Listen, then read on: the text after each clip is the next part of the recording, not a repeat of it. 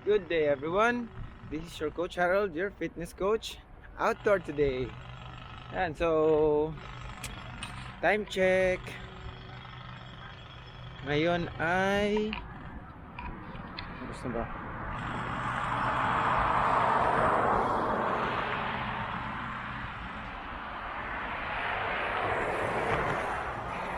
5:35 p.m.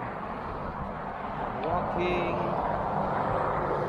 Temperature is 19 degrees.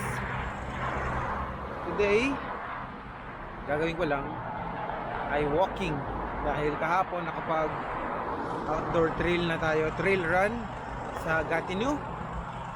Ngayon naman, walking lang dito sa experimental farm.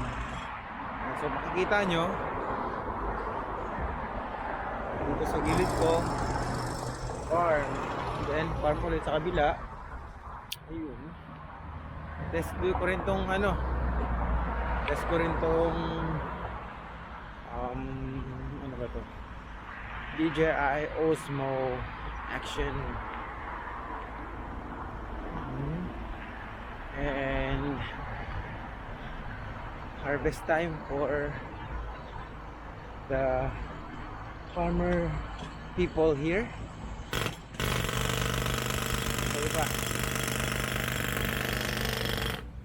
nagawa yung dito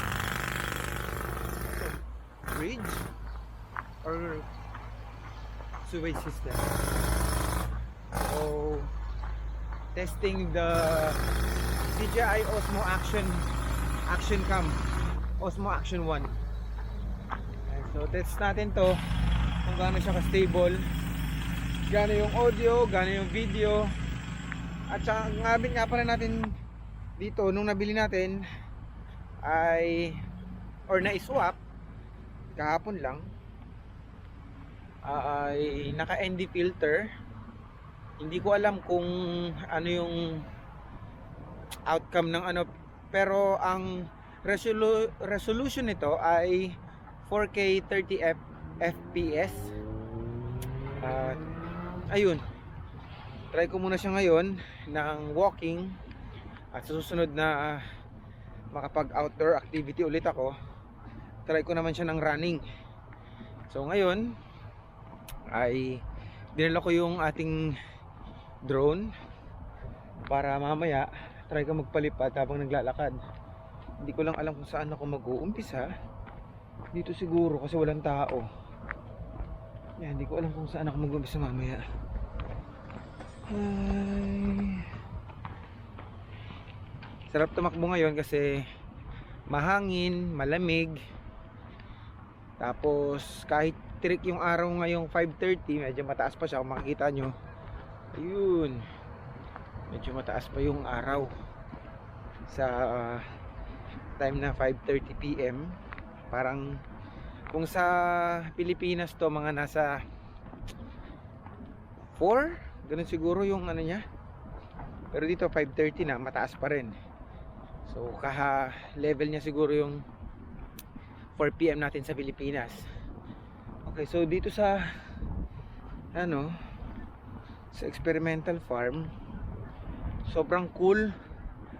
At meron na akong nilakad na, wait, check ko. Meron na akong nilakad na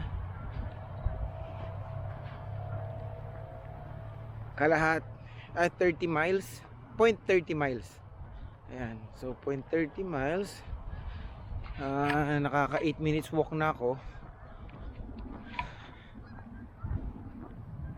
Malapit lang naman yung bahay, 8 minutes walk.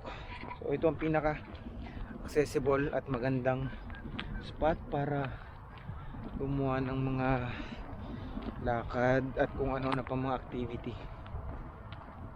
First time kong gamitin to, at na-swap ko siya kahapon sa GoPro Hero 7, at tingin ko mas maganda tong pang content dahil yung GoPro is 1080p lang yung kaya niyang max resolution, habang ito ay kayang mag-record ng 4K 30 fps. So yun lang muna yung resolution na ginawa ko dito para matry lang. So trial and error lang muna tayo. Tapos try ko yung audio kung maganda, dahil pagbalik ko ng Pilipinas try ko naman to